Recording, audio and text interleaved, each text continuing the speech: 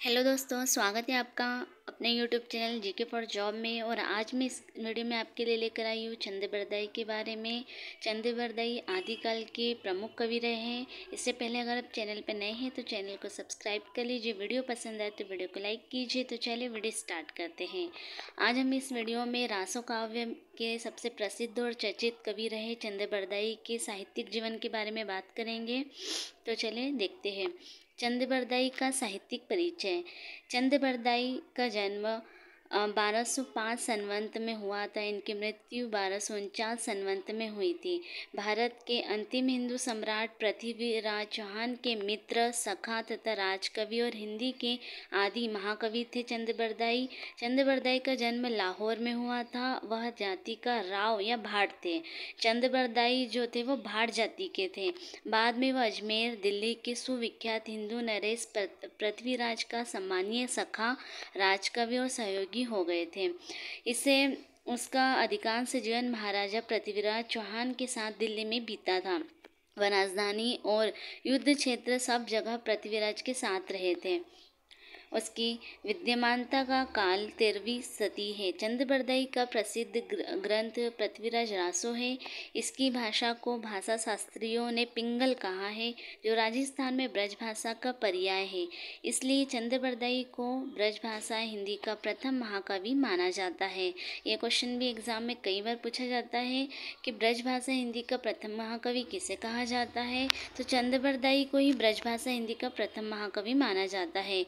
रासो की रचना महाराजा पृथ्वीराज के युद्ध वर्णन के लिए हुई थी। इसमें उनकी वीरतापूर्ण युद्धों और प्रेम प्रसंगों का कथन है।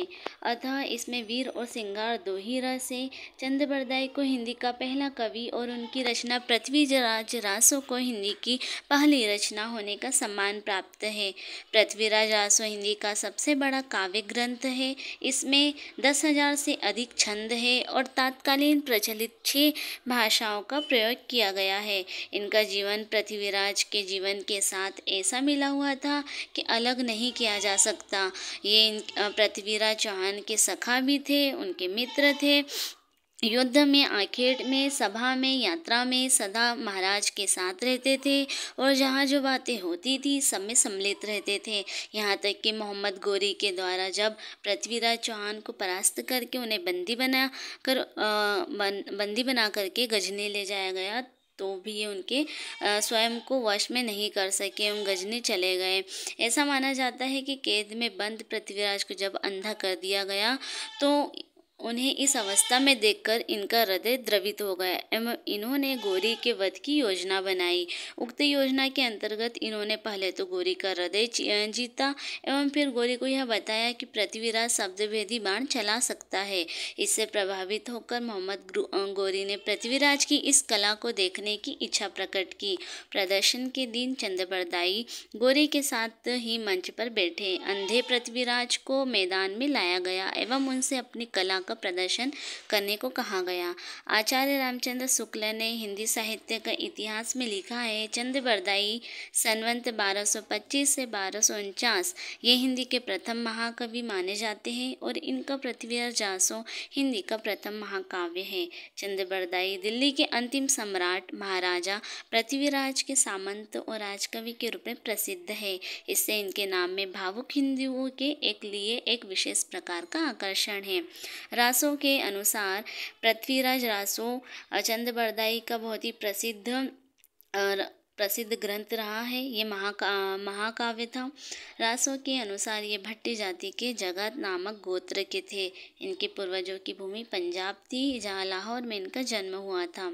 इनका और महाराजा पृथ्वीराज का जन्म एक ही दिन हुआ था और दोनों ने एक ही दिन ये संसार भी छोड़ा। वेरी इंपॉर्टेंट नोट है, चंद बरदाई द्वारा रचित पृथ्वीराज रासो एक बहुचर्चित काव्य है, महाकाव्य है। इस काव्य में दिल्ली के चौहान नरेश पृथ्वीराज चौहान के शौर्य का वर्णन किया गया है।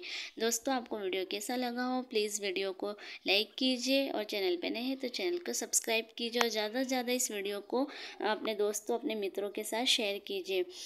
अब हम नेक्स्ट वीडियो में पृथ्वीराज रासो के बारे में चर्चा करेंगे। धन्यवाद।